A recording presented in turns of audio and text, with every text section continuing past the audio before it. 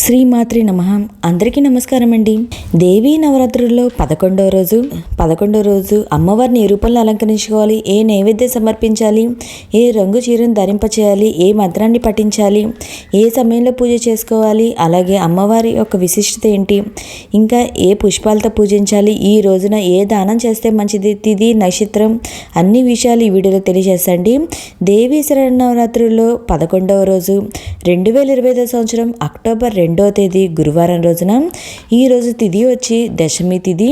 ఈరోజు విజయవాడలోని ఇంద్రకీలాద్రిపై దుర్గమ్మ, శ్రీ రాజరాజేశ్వరి దేవి అలంకారంలోను, శ్రీశైలంలోని భ్రవరాంబికాదేవి నిజరూప దర్శనంతో భక్తులకు దర్శనమైతే ఇస్తారండి. ఆశ్వీజ శుద్ధ దశమిని దీన్నే విజయదశమి అంటాము. శరన్నవరాత్రి ఉత్సవాల్లో అమ్మవారి అలంకారంలో చివరి రూపము శ్రీ రాజరాజేశ్వరి దేవి. సకల భువన బ్రహ్మాండాలకు అమ్మ ఆరాధ్య దేవత. మహా త్రిపుర సుందరిగా ఈ దేవత త్రిపురాంతములో పూజలు అందుకుంటుంది. అమ్మను అపరాజితాదేవిగా కూడా భక్తులు పూజించే ఆచారం అయితే ఉన్నది. పరమ శాంతి స్వరూపంలో చిరునవ్వులు చిందిస్తూ చెరుకుగడ చేతిలో పట్టుకొని ఆమె దర్శనమైతే ఇస్తుంది.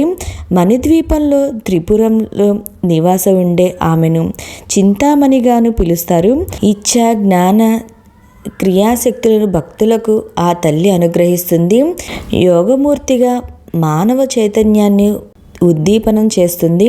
అనంత శక్తి స్వరూపమైన శ్రీచక్రానికి అధిష్టాన దేవత అయిన శ్రీ రాజరాజేశ్వరిని పూజిస్తే సమస్త శక్తులు సమకూరుతాయని, మనసారా కొలిస్తే బ్రహ్మ జ్ఞానాన్ని ఆమె కలుగు చేస్తుందని నమ్మకం అండి. దసరా ఉత్సవాల సంపూర్ణ పుణ్యాన్ని భక్తులందరికీ అందించే చల్లని తల్లి దుర్గమ్మను రాజరాజేశ్వరి దేవి అలంకారంలో దర్శిస్తే సకల శుభాలు విజయాలు లభిస్తాయి.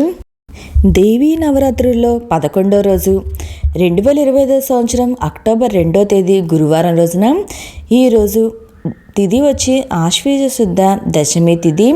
ఈరోజు అమ్మవారు శ్రీ రాజరాజేశ్వరి దేవి అలంకారంలో దర్శనమైతే ఇస్తారు. ఈరోజు పూజ చేసుకోవాల్సిన శుభ సమయం వచ్చి ఉదయం 4:18 నుండి ఉదయం 9:56 లోపు. ఈరోజు అమ్మవారికి సమర్పించవలసిన నైవేద్యం వచ్చి శాకాన్నం, దద్దోజనం, మహానివేదన.